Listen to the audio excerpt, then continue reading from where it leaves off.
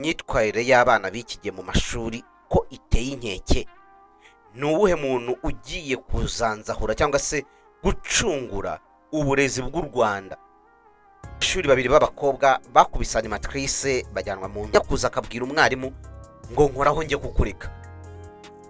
Bivuga ngo amwe mu mayeri none abarimu bari gukoresha kandi bizica uburezi bw'u Rwanda, nuko umwarimu araza akakubwira ati nge ndigisha, wabifata utabifata nigendere. Aruhande na rumwe rwiteguye kuba rwarenganura umurezi cyangwa se umwarimu, cyane cyane ko umwana aba ari priority. Kiwa Kigali muri iki cyumweru turi gusoza, ubwo abana bari mu kizamini cya leta, umwana yakubise umwarimu amuziza ko yamubuje gukoresha telefone mu gihe cy'ibizamini. Ikigo 1-to-1 Teaching and Learning Limited twigisha indimi zose zivugwa ku isi. Twigisha muri weekend, ariko niba udafite umwanya twakwigisha online. Dukorera mu murenge wa Kimironko mu karere ka Gasabo. Duhamagare kuri 0781 81 30 62. 1-to-1 Teaching and Learning Limited, from learning to earning. Bakunzi ba KGTV Rwanda, mwahisemo neza gukora subscribe kuri KGTV Rwanda, kandi tubashishikariza gukomeza gukora subscribe kuko hano tugana ku ngingo zigiye zitandukanye, ariko by'umwihariko tureba ku burezi, tureba ibibazo biri mu burezi, n'iki twakora kugira ngo ireme ry'uburezi mu Rwanda rikomeze gutera imbere, ndetse n'ibihe bibazo bindi tugenda duhura nabyo mu burezi bishobora kuba byabangamira iterambere cyangwa se uburere bw'igihugu cyacu cy'u Rwanda, cyane cyane ko turi kukiruhira kugira ngo kibashe kugera ku ntego twihaye. Hano rero tugiye kugana ku ngingo igira iti imyitwarire y'abana bikigiye mu mashuri ko iteye inkeke. Ni uwuhe muntu ugiye kuzanzahura cyangwa se gucungura uburezi bw'u Rwanda? Ninde muntu uzabazwa uburezi bw'u Rwanda mu gihugu cyacu? Mu ntara y'Amajyaruguru hagaragaye abanyeshuri bagiye bakubita abarimu. Hari umunyeshuri wagiye ajomba ikaramu umwarimu, amubwiye ngo amwimukire kugira ngo umwarimu aze kubasha kwicara mu ishuri agenzura cyangwa se asupervisa ikizamini. Mu ntara kandi y'Iburasirazuba, abanyeshuri babiri b'abakobwa bakubise animatrice bajyanwa mu nzego z'ubutabera. Hanyuma mu mujyi wa Kigali muri iki cyumweru turi gusoza, ubwo abana bari mu kizamini cya leta, umwana yakubise umwarimu amuziza ko yamubuje gukoresha telefone mu gihe cy'ibizamini. Ariko hari n'izindi ngero tugenda tugarukaho, aho abana bamwe na bamwe bagenda babeshyira abarimu ati mwarimu yankubise, mwarimu yamfashe ku ngufu, mwarimu yankozeho, mwarimu yambwiye gutya, mwarimu byagenze gutya. Izo cases zose mu gihugu zigenda ziyongera, kandi bikagaragara ko nta ruhande na rumwe rwiteguye kuba rwarenganura umurezi cyangwa se umwarimu, cyane cyane ko umwana aba ari priority. Kandi nanjye wenda sometimes ndabyumva bitewe n'imico igenda izamuka hirya no hino, ariko tukibaza ngo izi ngero zose mbanje kubaha, niba umwana aka kanya mu minsi yasize baratangaje ko n'umubyeyi ari umubyeyi atemerewe gucyaha umwana mu rugo, atemerewe guhanwa, atemerewe gukubita agashyi, atemerewe kubwira umwana nabi. Uyo bikiyongera kuba abarezi cyangwa se abarimu barahawe amabwiriza yuko batagomba gucyaha umwarimu, imini batagomba gucyaha umunyeshuri. Tukibaza ngo uyu munyeshuri wakuze muri ubu buryo, iyo ageze mu rugo aba ari kibamba, aba ari umuyobozi, yagera ku ishuri agakomeza kuba umuyobozi. Tukibaza uyu mwana udatinya umwarimu, adatinya umubyeyi, azatinya nde? Niba abo bantu babiri mvuze, umubyeyi n'umwarimu, ari bo bantu bari hafi cyane y'uyu munyeshuri, ariko ugasanga umunyeshuri ntacyubaha umwarimu, tukibaza ngo uyu mwana turi kurera gutya, turi guha ubu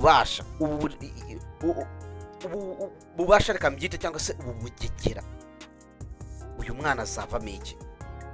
Nugenda ugakurikirana abana bikigiye, kubera ko icyo kintu bamaze kukishyira mu mutwe, umwana ntatinya kuza akabwira umwarimu ngo nkoraho njye kukureka. Bivuga ngo amwe mu mayeri none abarimu bari gukoresha kandi bizica uburezi bw'u Rwanda, nuko umwarimu araza akakubwira ati nge ndigisha, wabifata utabifata nigendere. Ariko n'ababyeyi bakishimira ko ubwo hari n'urundi ruhande rw'ababyeyi usanga bashyigikiye abana babo 100% no mu mafuti, aho usanga umwarimu niba acyashye umwana aragenda arege ku mubyeyi, umubyeyi aze nk'iyagatera aze ku ishuri iti nze kwihanangiriza umwarimu kanaka. Ukibaza we mubyeyi, niba ushyigikiye umwana wawe ko arerwa muri ubu buryo, uzashiduka uri korora umusega mu rugo iwawe. Niba aka kanya n'abashinzwe kuba bafata ibyemezo bagenda bakicara hamwe bakajya inama bakanzura ko umwarimu atagomba gucyaha umunyeshuri, umwana atagomba gucyahwa cyangwa se atagomba guhanwa, ubundi kera twabaga tuzi ko umwarimu kanaka nukora ibintu by'amafuti biri aho ngaho araje kugucisha akanyafu. Ariko aka kanya umwarimu ni umuntu uri chip, ari munsi y'umunyeshuri, yewe n'umubyeyi aka kanya ari hasi y'umwana, cyane cyane ko hari abana aka kanya bagenda bagategeka ababyeyi ngo ndashaka iki. Uyu mwana rero watangiye gukura ashaka gutegeka, adashobora kugira umuntu n'umwe yubaha, adashobora kugira umuntu n'umwe atinya. Wakibaza ngo ejo n'ejo bundi uyu muntu azavamo iki? Turi kuruhirira iki gihugu tuvuga ati turi gushyiraho 2050 vision. Ese aba bana batangiye muri 2026 kuba basuzugura umwarimu, badafite umuntu batinya. Uramucyaha wamubwira ngo warambyaye se, ngo niba warambyaye mbyaruka, ngo niba uri umwarimu wacyaha umunyeshuri akakubwira ati nkoraho njye kukureka. Twakibaza ngo niba hagaragaye izi cases z'abana bagenda bahohotera abarimu, bagenda bahohotera abarezi, niki zino nzego zishinzwe uburezi, yaba REB, yaba NESA, yaba Mineduc, muri gukora iki kugira ngo uyu mwarimu yigishe afite imbaraga, afite na morale, afite n'ikintu kimurengera? Mwarimu agize kuba ari guhabwa umushahara wa intica n'ikize, ntabwo ahembwa neza, ageretseho n'agasuzuguro k'umwana wa rubanda. Uwo mwana wa rubanda uri buze agasuzugura umwarimu adafite n'ikintu na kimwe. Sometimes bakaza bakatubwira ngo ibintu mukora rwose ngo ntabwo twabona ibyo tubahemba, ngo usibye Imana yonyine. Imana se niyo yishimira ko umwana wigisha agusuzugura? Umwana wigisha ashobora kugenda agahimba ikinyoma akavuga ati mwarimu yankubise, mwarimu yankozeho, mwarimu yampohoteye, ntihabeho kugenzura. Umwarimu akabanza akajyanwa ku bugenzacyaha cyangwa se kuri RIB, hanyuma ibintu bigazakomeza, ariko yabanje kugerayo.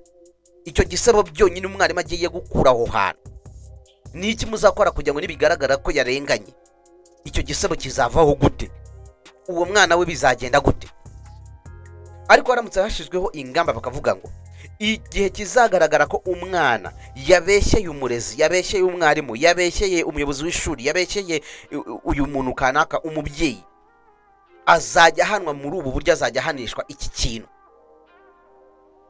Icyo gihe n'abana batangira gutinya kubeshya, gutangira guhimbahimba ibinyoma. Ariko kubera ko nta muntu n'umwe ufite ubwo bushobozi bwo kuba ngo yacyaha umwana aka kanya, biragoye ko n'uyu mwana azavamo umuntu ukomeye. Nujya kuri izo nzigero zose nagiye mbaha, umwarimu agezaho ku rwego ashobora gutinya umwana kuruta uko umwana yatinya umurezi, yatinya umwarimu.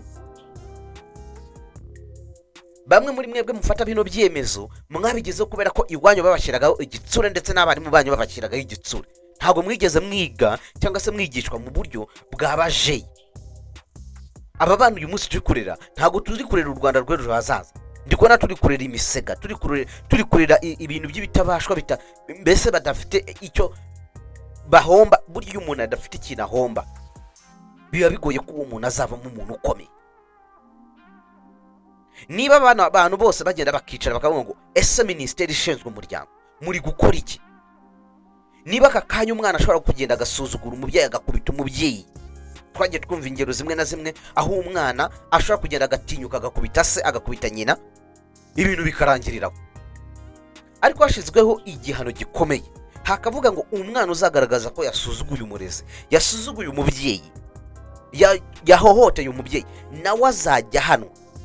Icyo gihe bano bana batangira gutinya.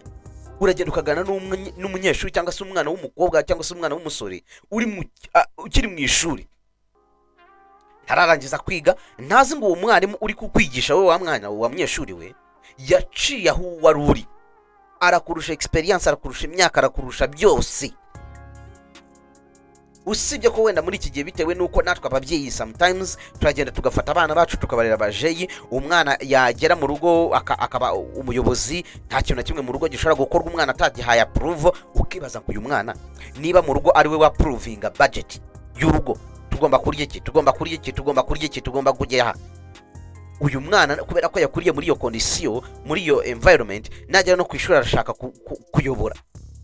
Hanyuma nk'umwarimu niba ufite abanyeshuri 30, buri mwana akaba ari buve iwaba afite icyo kintu cyo kuvuga ngo ndashaka kuyobora, mwarimu azayobora iki? Ko mwarimu muri class yakabaye ari we muyobozi, none aka kanya asigaye aba ari we muntu uri hasi y'abanyeshuri yigisha. Ese mwumva umwarimu agize kuba ahembwa agashahara gakeya, hari n'ibirura birekereje umushahara wa mwarimu, biri aho ngaho mwarimu arongezwe amafaranga 5,000 ku mushahara, ibirura bikaba biri aho ngaho bigatangira guhimbahimba ibintu mwarimu agomba kujya ashyiramo amafaranga. Uyu mwarimu uri kwigisha yigishiriza kuri icyo gitutu cyo kuvuga ngo ninkora ku mwana n'inyaho umwana ndaza guhanwa, agakorera kuri icyo gitutu cyo kuvuga ngo udufaranga mpembwa n'ubundi mu kanya baraza kutuza kutunyambura. Mwarimu agahora muri credit, mwarimu agahora ahora mu bibazo runaka, udashobora kubona umwarimu wateye imbere ngo uvuge ati kabisa uyu mwarimu niyo umureba gutya mu nzira uhita umumenya ngo uriya ni umwarimu. Mu gihe icyo kintu kitarakosoka, uburezi bw'u Rwanda buri hasi, aho usanga mwarimu umwaka ushize mu myaka 2 cyangwa se 3 ishize yarongejwe, ariko inkuru yari uko ngo yongejwe, ariko ntiharebwe ngo ese uyu mwarimu wongejwe umushahara ni izihe mbogamizi zindi afite. Aka kanya umwarimu afite imbogamizi z'uko abanyeshuri yigisha bamurusha ububasha mu ishuri. Aka kanya umwarimu wigisha mu ishuri afite imbogamizi zo kuvuga ngo nta muntu n'umwe witeguye kujya ku ruhande rwa mwarimu, kuko umwana najya mu nzego za leta, umwana araba ari uri hejuru y'umwarimu. Uyu mwana najya mu rugo umubyeyi araza kuza akandamiza umwarimu.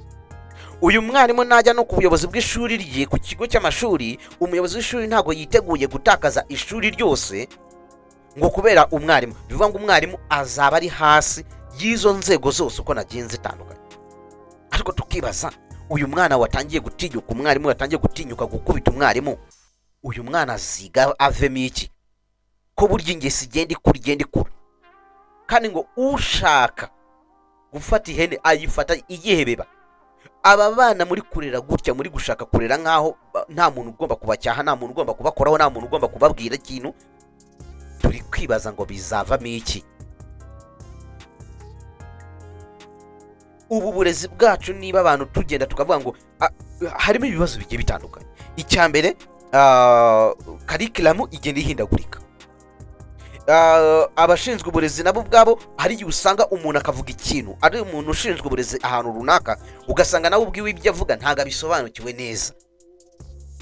Twongewe noneho imbogamizi z'abanyeshuri, abarimu, ababyeyi batari kumvikana, kandi kugira ngo uburezi bugende neza nuko yaba umunyeshuri aba ari umunyeshuri mwiza, umwarimu akaba umwarimu mwiza, umubyeyi agakora inshingano ze neza, akubaha ibyo bagomba gukora, hanyuma na leta ikagira kuntu ishyigikiriza inzego zose.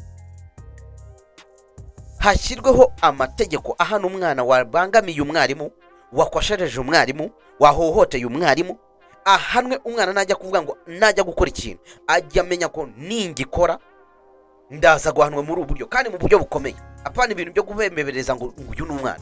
Niba hariho gereza z'abana ziri hariya, tumenye ngo bano bana nabo barahanwa, kubera ko icyo gihe umwarimu wagize icyo gitinyiro niyo motivation yo kwigisha, nta kizabuza mwarimu kwigisha. Ariko mwarimu niba agiye mu ishuri atekereza bya bintu byose nababwiye, ntabwo azatanga umusaruro uko bikwiriye.